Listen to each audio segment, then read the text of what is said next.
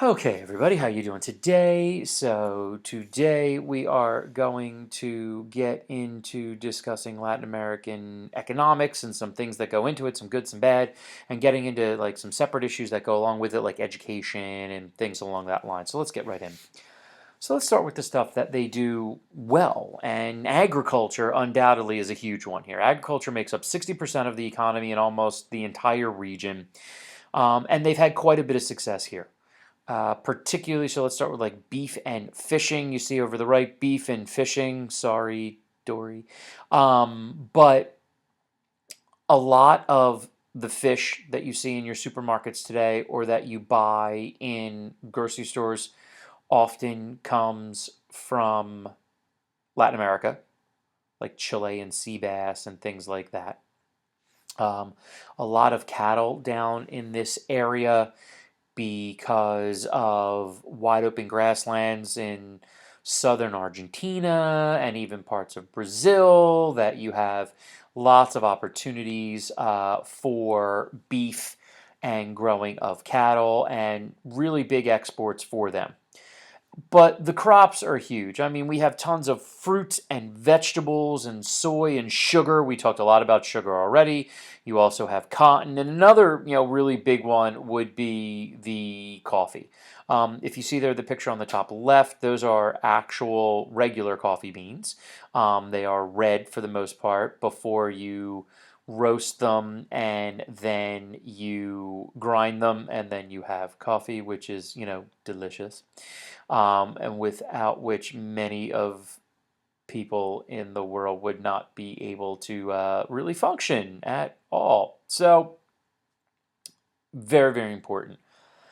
The problem with this, though, is that when it comes to finished industrial goods versus farm goods don't make as much money. So much of Latin America, whereas they are having lots of success, the problem is that you're not going to make quite as much money as you would with other types of exports. Now, an area where they're really starting to come up here would be oil. You are getting increased oil reserves that are becoming discovered and used for um, a variety of different things. And we know oil, we talked a lot about the importance of oil in the Middle East and things along that line. And if you look at this map, you see three of the colors I want you, or two of the colors that I want you to focus on are rising oil reserves and then possible oil reserves.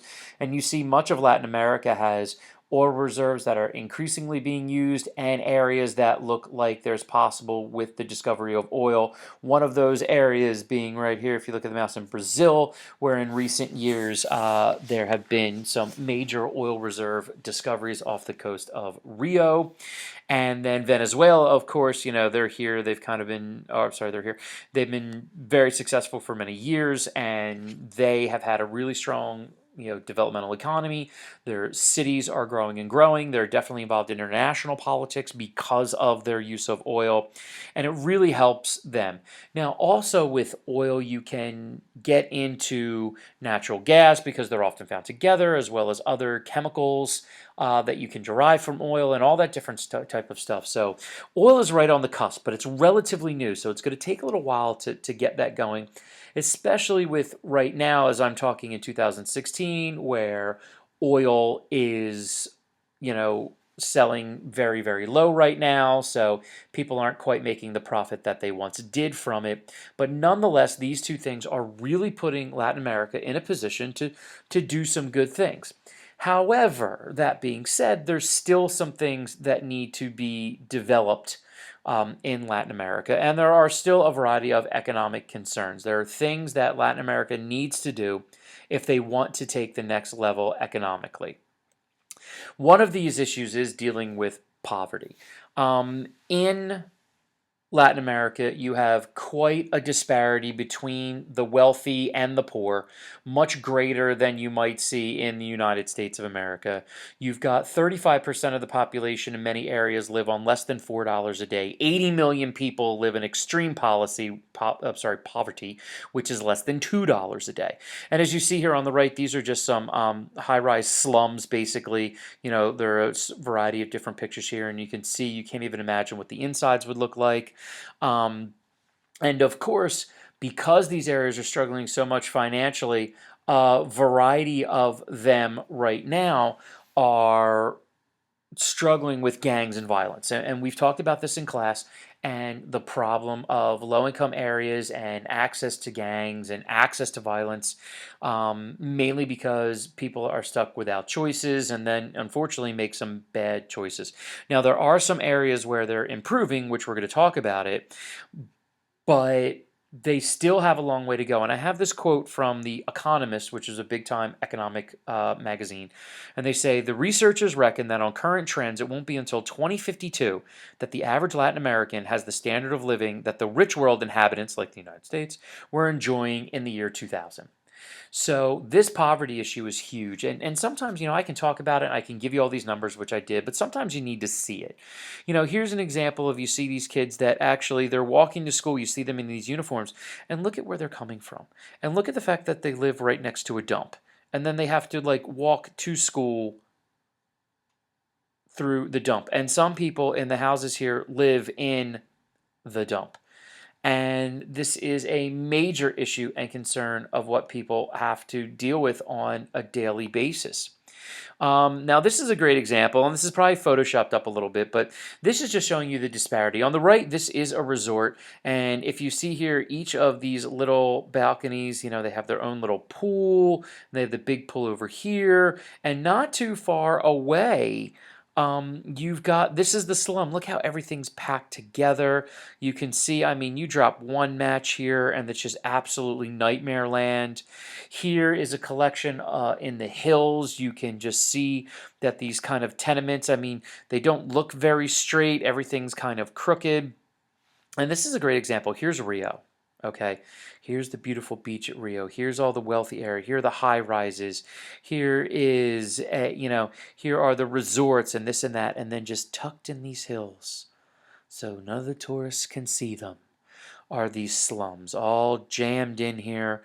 All of just these horrible areas that you see. Look, this boy doesn't even have shoes, and look at all the trash. This is what poverty is, and this is what living in poverty is all about, and what people have to do to try to survive. And it's just absolutely devastating on what people have to deal with on a day-to-day basis. And this poverty just really needs to be addressed. And the problem is that when you have so much of it, it takes a while to get it fixed. Now, we have started to see some fixing of that. In the early 2000s, commodities, or those foods and whatnot that these people were selling, were really at an all-time high, and you started to see some addressing of the issues. Many nations, as I show here, were able to put as much as 19% of their budgets into programs to help the poor.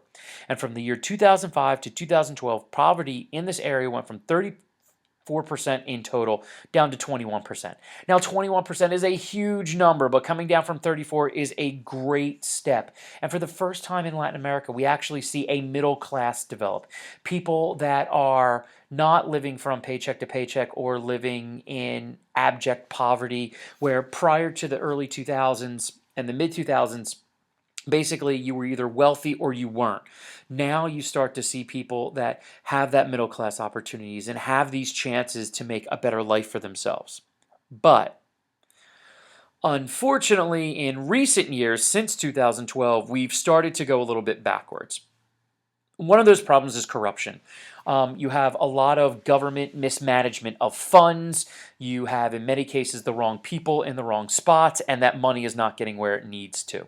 And the fact of the matter with the dropping oil prices and dropping commodity or food prices, growth has slowed. In some cases, it's actually negative. For instance, if you see this from 2010 to 2014, whereas some of these areas were growing from 0 to 2%, in growing their economy as a whole, you have many nations that were actually negative, which means that they were making and producing less goods and earning less money than years uh, prior to that. And one of the major problems they have for that is much of Latin America, and as much as 50% of jobs in some areas are what is known as informal, meaning that they're off the book. They're domestic work, or they're what we call that under the table work that isn't regulated, that doesn't get minimum wage, and that a lot of people are finding ways to kind of get around the system so that people can't get the wages they need to survive. Now, some of the things that cause that are lack of education and lack of health, that people aren't healthy enough to work. And so what a lot of Latin American nations have started to do in order to try to spur this growth back on is giving families incentives that if your children are regularly enrolled in school and regularly go to doctor's appointments, you can actually get money as a family. So instead of like making that person or that child not go to school or get some type of low-end job that they'll never really get any better than for the rest of their life, keeping them in school and giving them those options. And so we're starting to see some improvement there, but we still have a way to go. One of the biggest issues, though, economically we see here is gender inequality. And in over 130 nations in the world, women make less than men, and the United States is included in that. And we mean less for the same job. Now, I have this from circa 2007, and I know that that's like 9 years ago, but it hasn't gotten much better. So if you look at these jobs, doctors, architects, legal professionals. So per month, women would be averaging $333 and men $626, $233, $409, $229, $351. And you see here, and this is a big deal because there is a large female population in Latin America that could be filling the workforce, but the gap in pay is so huge that it really precludes women from getting involved. Only 33% of women have what are referred to as higher paying jobs. If I go back here, your doctors, your health professionals, your legal professionals. The average wage gap is 17%, but that means some is higher and some is lower. And in some countries, we found the wage gap, so the difference between what men and women make for the same job, can be upwards of 58%. Which is even crazy because actually more women go to school than men, and they go to school for longer. On average, women are actually in school for a half a year longer than guys. And I know a half a year doesn't sound much, but more is more. And the problem is that there's no real system to encourage girls and women from getting into the workplace. It has gotten to the point where it's like, hey, this is just the way that it is and you have to deal. And that women need to focus on what we call menial jobs, domestic work, and being just maids or something along that line. Now, don't get me wrong. There are people that clean houses and they make a very good living at it, and they're nannies and stuff like that. The problem comes into forcing people into these positions and deliberately paying it less. If you want to be in that field, but you want to fight and make a good living. Here, women are forced into those fields and deliberately paid rock bottom wages. And this was a Gallup poll recently done in 2012 and 2013, where in Latin America, do you believe women in this country are treated with respect and dignity? And 61% of women polled said, no, they are not. That's a problem. And I have a couple great quotes really for you to understand here. Up top here, that's Hugo Nuopo. He is from the Inter-American Development Bank, which is actually very active in improving economic conditions in Latin America. And he says, in terms of women's participation in the workforce, there's been progress in recent decades, but the wage gap between men and women still prevails. The process of closing this gap has been very slow because misguided stereotypes and perceptions of the roles of men and women have distorted interactions, not only in the workplace but also at home. These stereotypes, which arise even in early childhood, discourage women, thus limiting their access to careers with better future in the labor market. Women aren't supposed to do this job. Women aren't supposed to be educated. Women aren't supposed to do this. And that doesn't even give them the chance to do it. And Johanna Mendelsohn Foreman, who did a really great article about gender discrimination in Latin America, says gender inequalities that are a direct consequence of traditional views on the place and role that women should occupy in society, views based on prejudice, discrimination, and disregard for the progress the region has made and its effect on societies. The fact of the matter is this region is still struggling with these old ideas of what women are supposed to be. So how can this possibly fix? Because, more women in the workplace is good for the economy as a whole. We need to pass laws to protect women in the workplace. We need early intervention that gets more girls exposed to better education and that they are encouraged to do more than what society says they can do. Teacher training to fight stereotypes and giving girls more opportunities in the classroom. And then parent programs to try to get their kids to do chores equally and to show and not favor boys. And we have had some positive work things that have been happening. In recent years, we have an increase of women in the workplace from 40 to 54%. Argentina, Brazil, Ecuador, and Uruguay in the past 5 years have passed equal pay for equal work laws. And many nations are now including domestic work and informal work in labor laws, government regulations, and safe working conditions. And this is huge because this great, the president and CEO, ProMujer, Rosario Perez, gender equality in Latin America is not only a human right, it's good economic practice. Now, the other big thing that we're trying to work on here is the concept of education. There's a lot of issues here, and we're going to get into them a little bit more in class, but one of the big things is a lot of education within Latin America, you have to pay for it. And it's really hard with people in lower or even the lower middle class that don't have the opportunity to pay for these things. The other thing that they're seeing is that they don't have really good teacher training programs. Students a lot of times can only do as well as their teacher can actually provide them, as which I'm hoping I'm providing you. Because teachers are not trained properly, because teachers don't have high-end education, time is used inefficiently. It is actually said that per year, because of inefficiency, many Latin American schools, the kids are losing up to a month of actual instruction time, and sometimes more because their teachers aren't effectively using the times that they have them for. Now, how do you fix the issue of lack of good technology? How do you fix the issue of poor teacher training? How do you fix the issue of getting these kids opportunities to get a good education? Well, you have some smaller nations like Jamaica now have pledged to and now cover 99% of costs for all children through primary school. So at least through elementary school, which is where you have to start. So you got to start somewhere. And then other schools are starting to bring in technology and using charitable groups to get these kids the opportunities that they need.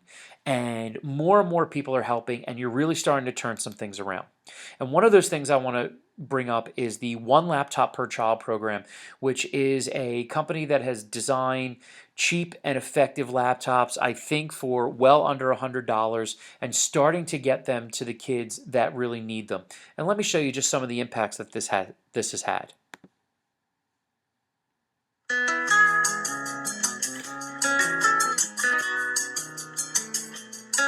And I know the laptops look a little bit different, but they're made of different materials so that these kids can have great opportunities.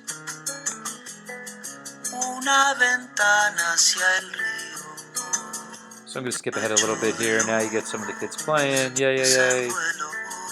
Yeah, we're going to school. Okay, here we go.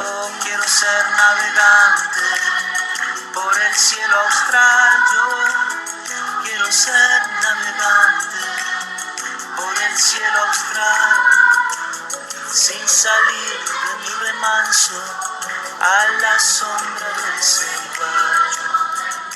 Siga la tecnología y acercarlos al mundo. Bajar programas nuevos y aprender mucho. Nosotros copiamos, después jugamos los jueguitos. Entras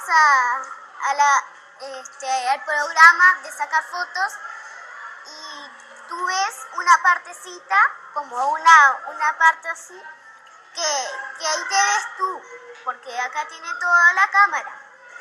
Entonces tú te miras a la computadora y vas a ver un redondel que te va a decir que hagas clic ahí. Si querés, sacas una foto de internet, una foto tuya, y vas con las dos, vas a Toys y después la vas cambiando. Que seleccionen imágenes y que puedan elaborar en eToys de pronto un libro con varias páginas, con eso que estudiaron, a mí me parece mucho más productivo eso que vayan y saquen una fotocopia y la traigan a la clase sin leer. Si ellos no entienden algo, concurre, o sea, van a internet, buscan información, escriben, bueno, tienen el blog, hacen muchas cosas con un computador. Haces un clic y ahí tenés todo. Suma y resta y multiplicación. Escribo los deberes en la computadora y escribo poemas. Es achicar la brecha digital. Papá no sabe usarla porque siempre está en el monte, ella trabaja en un monte. A mamá se lo presto porque entra a su correo. Bueno, y para nosotros también es una revolución en casa. Precisa entrar a Conaprole y me llama a mí, pero no sabe. Tengo un niño que no logro que pueda escribir. Tiene un retardo bastante grande. Y es increíble cómo maneja la máquina. Que creo que es otra cosa que le dio la máquina, ¿no? Mejorar la autoestima de muchos niños. El nivel de primer año, habitualmente una vez por semana, viene a trabajar con los niños de inicial. Ayudándole a aprender a los niños chicos. El cuerpo, todo el cuerpo. ¡Este era! ¿Cuál?